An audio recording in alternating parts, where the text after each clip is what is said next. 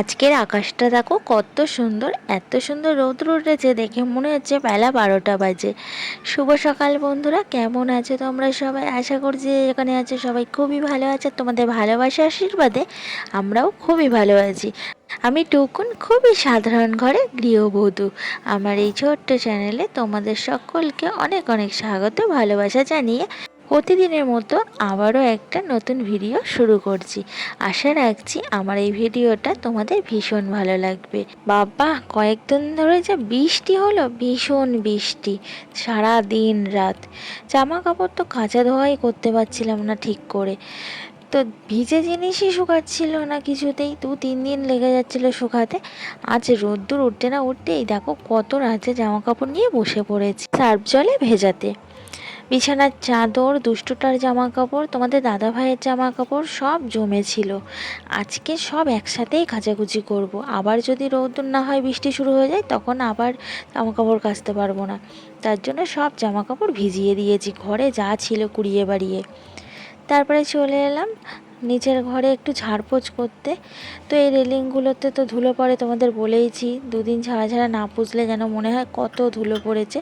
তো খাটের রেলিংগুলো ভালো করে পুছে নিচ্ছি, আর স্টিল তো বেশ পুছলে না চকচক চকচক করে, ভালো লাগে ঘরটা দেখতে।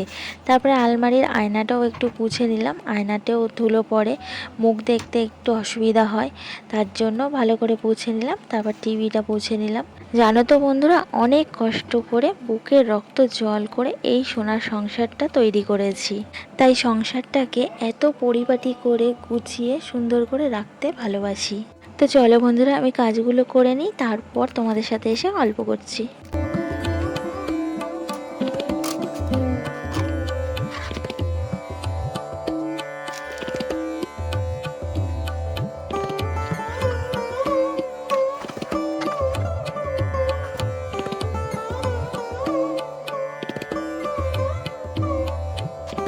তো তারপরে দেখো আমি ঘর দুয়ারগুলো পুছে নিচ্ছি। বৃষ্টির জন্য না ঘর দুয়ারগুলো ঠিকঠাক করে পুছতে পারিনি। বৃষ্টি হলেই ঘর দুয়ার সব জিনিসপত্র কেমন স্যাঁতস্যাঁতে হয়ে থাকে, আর এই ঘর পুছলে না বৃষ্টির সময় না একদম শুকাতে যায় না। দুষ্টুরা খেলাধুলো করে, শুকাতে অনেক সময় লেগে যায়, তার জন্য না পোছাটাও ঠিকঠাক হয়নি। তারপরে চলে এলাম জামা কাপড়গুলো কাচা ধোয়া করতে। তো রোদ্দুর তো চলে যাচ্ছে, জামা কাপড়গুলো কেচে ধুয়ে দিই, নাহলে কখন আবার মেঘ করে বৃষ্টি শুরু হয়ে যাবে, তারপরে শুকাবে না। সকাল থেকে এত সুন্দর রৌদ্র হয়েছে, মনটা শুধু ছটফট করছে কখন জামা কাপড়গুলো কেচে আগে রৌদ্রে মেলবো। আজকে যা সুন্দর রৌদ্র হচ্ছে, 1 ঘন্টা মতো রৌদ্রে জামা কাপড়গুলো থাকলেই শুকিয়ে পুরো ঝনঝনে হয়ে যাবে। তো আমার মতো কে কে তোমরা আজকে রৌদ্রে অনেক জামা কাপড় কেচেছো, কমেন্টস করে কিন্তু জানিও, একদম ভুলো না। তো তার মধ্যে গেছিলাম জামা কাপড় কেচে দুষ্টুটাকে আনতে। দুষ্টুটাকে নিয়ে এসে দেখো ড্রেসটাকে ছাড়িনি, চলে এসেছি আগে ছাদে। এসে এই যে জামা কাপড়গুলো মেলে দেবো। তো দুষ্টুর আর ব্যাগটাও আমি আজকে কেচে দিলাম, কারণ ওর ব্যাগটাও না এই বর্ষার জন্য না কেমন একটা ভ্যাপসা গন্ধ মতো হয়ে গেছে। ওই জন্যেই স্কুল থেকে আসার পর ব্যাগটা পুরো খালি করে নিয়ে আমি সার্ফ জলে ভিজিয়ে ব্যাগটা কেচে দিলাম। জানছি এত সুন্দর রোদ উঠছে, ঠিক শুকিয়ে যাবে। তো দেখো আমি জামা কাপড়গুলো একে একে সব মেলে দিচ্ছি, আর আকাশটা কত সুন্দর তাই না? আমার জানো তো এরকম আকাশ দেখতে ভীষণ ভালো লাগে। সাদা মেঘগুলো ভেজা তুলোর মতো কেমন হয়ে রয়েছে, মানে কি দারুণ লাগে, আমার তো ভীষণ ভালো লাগে। তবে এবার কিন্তু অনেক দিন পর রোদ্দুরটা উঠলো, খুব বৃষ্টি হয়েছে, এবার বৃষ্টির ভাগটা বেশি, কারণ আগেরবার এত বৃষ্টি হয়নি, কিন্তু এবার তার তুলনায় অনেক বৃষ্টি হয়েছে। তোমরা যারা যারা আমার ভিডিও দেখো, মনে হয় পুরো ভিডিওটা দেখো না, কারণ তোমাদেরকে একটা জিনিস জিজ্ঞাসা করেছিলাম আমি, তোমরা কিন্তু কেউ আমাকে বললে না। আমি জিজ্ঞাসা করেছিলাম যে এবার এত বৃষ্টি হচ্ছে, দুর্গা ঠাকুর কিসে আসছে, দোলাতে আসছে না কিসে আসছে যে এত বৃষ্টি হচ্ছে? তোমরা কিন্তু কেউ বলোনি। আর এই দেখো কত জামা কাপড় আজকে কেচে রৌদ্রে মেলেছি, কত সুন্দর রৌদ্র দেখেছো? রৌদ্রে যাওয়া যাচ্ছে না, হাত পা পুড়ে যাচ্ছে, এত রৌদ উঠেছে আজকে। আজকে আমার স্নান করা, জামা কাপড় কাচা, নিচের ঘর গোছানো সব হয়ে গেছে, কিন্তু ওপরের ঘর গোছানো, ওপরের ঘরের কাজ কিচ্ছু হয়নি। তো এই যে জামা কাপড় টাপড় মেলে চলে এলাম ওপরের ঘর গোছাতে। ওপরের ঘরে বিছানাও গোছানো হয়নি, ঘর ঝাড় দেওয়া হয়নি, ওপরের ঘরই গোছানো হয়নি। তো চলো এখন আমি ওপরের ঘরটা গুছিয়ে নিই, তোমরা না আমার সঙ্গে থাকো, একটু পরে এসে তোমাদের সাথে আবার গল্প করছি।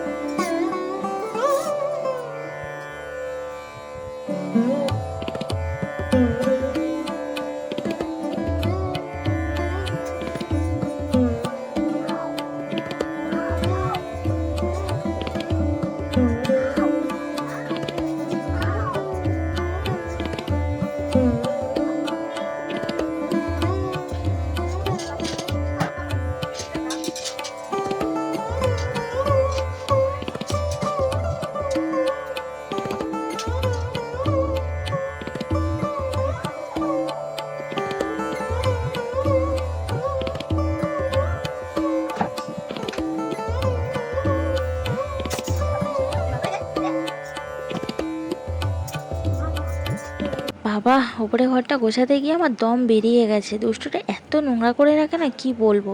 তো দেখো কত কাগজ কুচিয়ে রেখেছে, খেলনা ছিটিয়ে রেখেছে। ঝাড় দিয়েছি তো দেখো অর্ধেক কাগজের কুচি। বদমাসটা এইভাবেই ঘর দুয়ারগুলো নোংরা করে রাখে। কত গোছাবো বলো তো, সংসারের কাজ করব না ওর অকাজগুলো গোছাবো। তো তারপরে দেখো সবজি কাটতে বসেছি। তো এখানে নিয়ে বসেছি মোচা। মোচাগুলো বাবা নিয়ে এসেছিলো।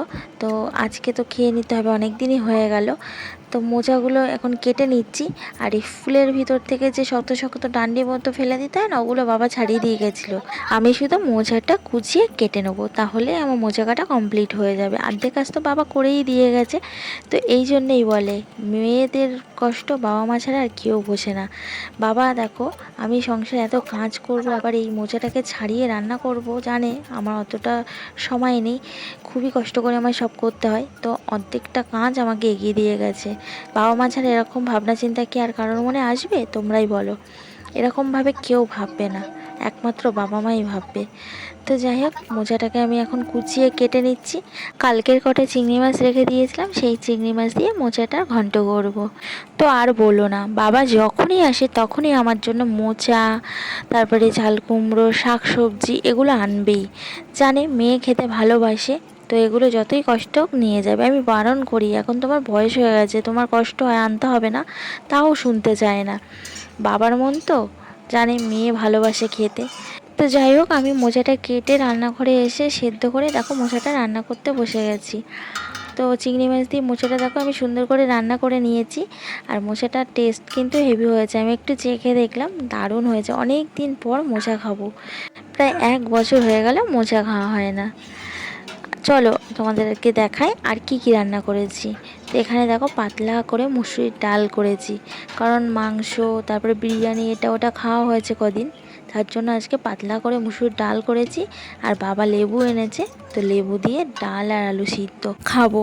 আজকে দুপুরের খাবারটা না একদম জমে যাবে। তো তোমাদের কার কার ভালো লাগে এরকম লেবু দিয়ে ডাল আলু সিদ্ধ খেতে? আমার তো ভীষণ ভালো লাগে। তো এদিকে আমার মোচাটাও রান্না হয়ে গেছে, নামিয়ে নেবো। তো রান্না বান্না কমপ্লিট হয়ে গেল। আমি এবার দুষ্টুটাকে খেতে দেবো। দুষ্টুটা একবার ঘুরে গেছে, রান্না হয়েছে কত বাকি। আমার খিদে পেয়ে গেছে, 3টে বাজে, খিদে পাওয়াটাই স্বাভাবিক, তাই না? তো এখানে দেখো দুষ্টুটাকে খেতে দিয়ে দিয়েছি, ও খাচ্ছে। আগে জানো তো আমার ছেলেটা আমার হাতে ছাড়া খেত না, আর এখন বদমাসটা এত বড় হয়ে গেছে, আমি খাইয়ে দিতে গেলে ও খেতে চায় না, একা একা খাবে নিজের হাতে। আর আজকে তো ও আমাকে একদমই খাওয়াতে দেবে না। কেন বলো তো? আজকে ওর ফেভারিট জিনিস হয়েছে ডাল আর আলু সিদ্ধ। ও ভীষণ ভালো খায়, একদম নিমেষের মধ্যে ভাত শেষ হয়ে যায় ডাল দিয়ে যদি ওকে খেতে দাও। তো দেখো একা একা কত তৃপ্তি করে খাচ্ছে। তো তারপরে এই যে আমার ভাত নিয়ে বসে পড়লাম। আর এখানে দেখো মোচা নিয়েছি, আর মোচাটা একটু বেশি করেই নিয়েছি, কারণ মোচা খেতে আমি ভীষণ ভালোবাসি, তোমাদেরকে তো বললাম। আর এই যে লেবু, আর লেবুগুলোয় না ভীষণ রস। তো একটা লেবু খেতে পারবো কিনা জানি না। তো লেবু নিলাম, আর ডাল নিয়েছি আলু ভাতে আর মোচা। চলো দুপুরের খাওয়াটা সেরে নিই। সকালবেলায় উঠে কাজ করতে করতে আর খাওয়ার সময় পাই না। তো দুপুরবেলায় দুটো যা তৃপ্তি করে খাই, আর প্রচণ্ড জোরে খিদে পেয়ে গেছে। খাওয়া দাওয়া সেরে উঠতে উঠতেই তো 4টে বেজে গেল। তো ভাবলাম একবারে জামাকাপড়গুলো তুলে নিয়ে তারপরে নিচে যাই। সুন্দর রৌদ্র হয়েছে, জামাকাপড়গুলো সব শুকিয়ে গেছে। না হলে আবার যদি কখন বৃষ্টি চলে আসে তাহলে জামাকাপড়গুলো সব ভিজে যাবে, আর একবার শুলে না আর উঠতে ইচ্ছা করবে না। আর আমার দুষ্টুটা দেখো আমার কাজে আমাকে হেল্প করে দিচ্ছে। ও ক্লিপের কৌটোটা ধরে রেখেছে, আর আমি ক্লিপগুলো খুলে খুলে কৌটোর মধ্যে ঢুকিয়ে দিচ্ছি। তো চলো বন্ধুরা, আজকের মতো ভিডিওটা না এখানেই শেষ করছি। দেখা হচ্ছে আবার কালকের নতুন একটা ভিডিওতে। আমার ভিডিওটা যদি তোমাদের ভালো লাগে লাইক করে দিও, আর যদি ভীষণই ভালো লাগে চ্যানেলটা সাবস্ক্রাইব করে আমার পাশে থেকো। আর কমেন্টস করে জানিও আমার ভিডিওটা তোমাদের কেমন লাগলো। তোমরা সবাই সুস্থ থাকবে, ভালো থাকবে। চলো টাটা।